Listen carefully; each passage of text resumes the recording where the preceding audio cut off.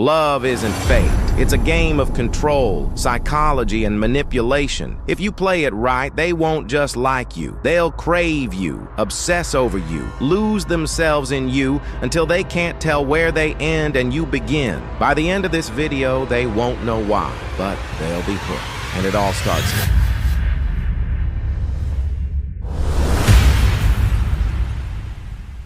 Love doesn't come first, control does. Before they desire you, they must think about you. And before they think about you, you must embed yourself in their mind. The curiosity hook. People don't obsess over what they fully understand. They crave mystery. The more they try to figure you out, the deeper they fall. So, stop explaining yourself. Stop answering questions directly. Give them just enough to keep them chasing. When they ask about your past, smirk. You wouldn't believe me if I told you. Then change the subject. If they ask about your type, say, it's complicated. Never give straight answers. Let them fill in the blanks. The goal, make them think about you when you're not around. Because the moment they do, you've already won. Selective availability. The biggest mistake? Being too available. If they can have you whenever they want, they'll never crave you. Scarcity increases value. Let some texts sit. Read them, then ignore them. Make them wonder where you are, who you're with. One day, give them all the attention in the world. The next, disappear. No explanation, just absence. When they ask to meet, don't always say yes. Make them earn your time. And when you finally agree, make it seem like they barely made the cut. Say, I wasn't sure if I'd be free, but I guess I can make time for you. Your time is now a privilege, and privileges must be earned.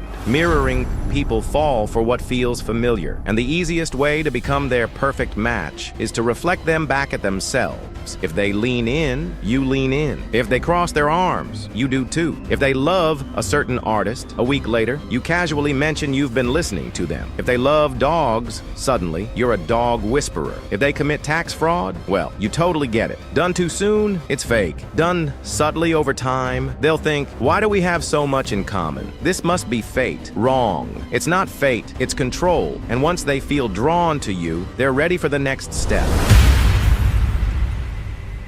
Getting their attention was easy, but attention isn't enough. You don't just want them interested, you want them obsessed. You need to create emotional highs and lows so powerful that they become addicted to you. Push-pull tactics. People don't crave what comes easily. They crave what they have to fight for. That's why push-pull works. It keeps them guessing, chasing, desperate for your approval. One day, you're warm, affectionate, fully engaged. You laugh at their jokes, touch their arm, hold eye contact just a little longer than usual. You make them feel special, like they finally won you over. Then, the next day, cold, distant, detached. You take hours to respond. You're distracted, uninterested, absent. They'll feel the shift immediately, and their mind will start spiraling. Did I do something wrong? Are they losing interest? Was it something I said? That uncertainty? It drives people insane. And their only solution is to try harder, to seek your validation, to work for your attention. And once they start working for it, they're hooked. Jealousy, induction, weaponizing.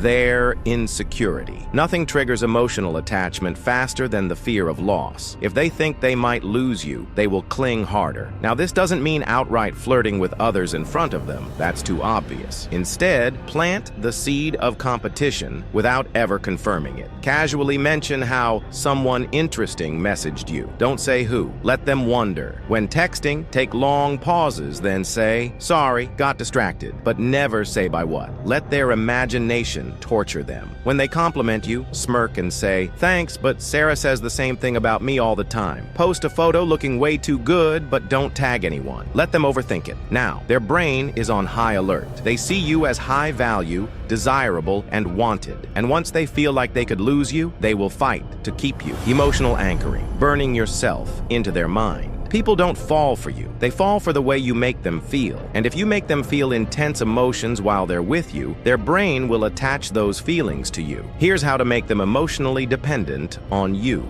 The vulnerability trap. Get them to open up about something personal. Childhood trauma, deep fears, regrets. Once they do, their brain links you to trust and emotional safety. The adrenaline trick. Take them somewhere thrilling. Roller coasters, horror movies, something risky. Adrenaline bonds people faster than time ever could. The comfort and chaos loop. When they're vulnerable, be the only one who comforts them, but never completely. Give just enough warmth that they crave more. They won't understand why, but soon they need you. Their mind won't let them move on, and once they need you, you own them.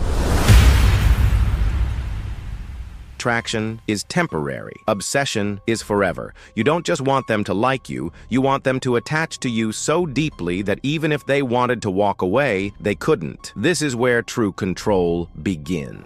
Intermittent validation, the addiction loop. Nothing is more addictive than uncertainty. The human brain is wired to crave unpredictable rewards, just like gambling. And when you control when they get validation, you control their emotions. So instead of constantly feeding their ego, do the opposite. Give them a taste of approval, then take it away. One day, tell them something like, "I love talking to you. You just get me." Let them feel the warmth. Then, a few days later, act distant. Give them nothing. Let them feel the absence of your affection. One moment praise them, then later act like they don't exist. This unpredictability makes them desperate for your approval. It forces them to work harder for your attention. And the harder they work, the deeper they fall. They won't realize it, but soon they'll be chasing your highs like a drug. And just like any addiction, once they're hooked, they'll never want to quit. Isolation through exclusivity, cutting off their escape routes. People value what is rare, and the moment they feel like they have something others don't, they cling to it even harder. Here's how to make them see you as irreplaceable. Tell them things you've never told anyone else. Make them feel special. Give them a nickname no one else gets. Make them unique in your world. Say something like, "I don't usually open up like this, but with you, it's different." Fake a secret. Say, "I've never told anyone this before." Now they feel bonded to you and less likely to trust others. Plant doubts about their friends. Subtly criticize them. "I don't think they really understand you the way I do." Over time, they'll start believing it. They'll start relying only on you for validation. This creates an illusion of exclusivity, that they have a special connection with you that no one else will ever have. And the moment they believe they're one of a kind in your life, they'll fight to keep that role at any cost. Emotional dependency, the true lock. True control happens when they stop seeing you as a choice and start seeing you as a need. Become the person they vent to, the one who understands them, the one who gets them like no one else. When they're upset, be the one who comforts them, but never completely. Let them lean on you, but never let them feel fully secure. Give them moments of extreme emotional intensity, then pull back. Create a void only you can fill. Ever seen a stray dog that keeps following someone around because they fed it once? That's what you're doing here. Giving them just enough emotional food to keep them coming back. Once their emotions depend on your presence, their mind locks onto you. They won't just want you, they'll feel like they can't live without you. And that is true power. By now, they're hooked, addicted, thinking about you non-stop. But there's one final trick to make sure their attachment never fades. And that's what we'll cover next. You've pulled them in. You've made them crave you. But obsession is fragile. Stop feeding it, and it fades. This is where you make your presence permanent in their mind. The unfinished story effect. Keeping them stuck. The human brain hates unfinished business. When something feels incomplete, the mind keeps replaying it, searching for closure. So never give them full closure. Keep them guessing. Keep them wondering. When things feel perfect, pull back. Say something like, "I feel like there's so much more to us, but maybe it's not the right time." Leave deep conversations open-ended. When they ask, "What are we?" smirk and say, "That's the fun part, figuring it out." If you sense them pulling away, disappear. Say nothing. Let the silence drive them insane. This creates a loop in their mind, a question that only you can answer. And as long as they're searching for that answer, they can't move on.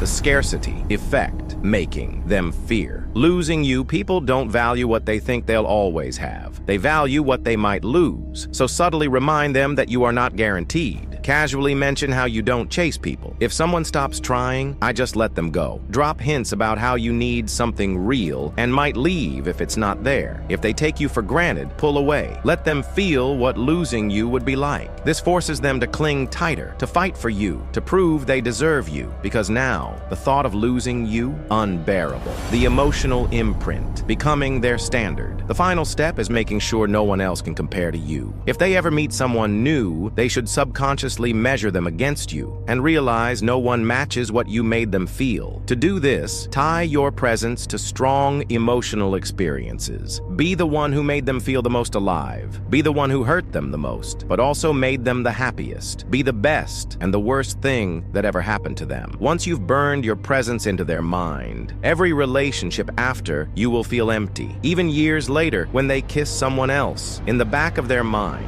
it's you they're thinking about. That is how you own their heart and mind forever. By now, you've taken them from curiosity to attachment to pure obsession. But these tactics, just the start. Imagine combining this with something even more powerful: reverse psychology. That's what my last video teaches, and it's a game changer. This isn't just theory, it's practical, actionable, and ridiculously easy to apply. If you've ever wanted to subtly influence someone without them realizing it, this is your tool. So don't just walk away now. Click that video and take the next step in mastering manipulation. Bye!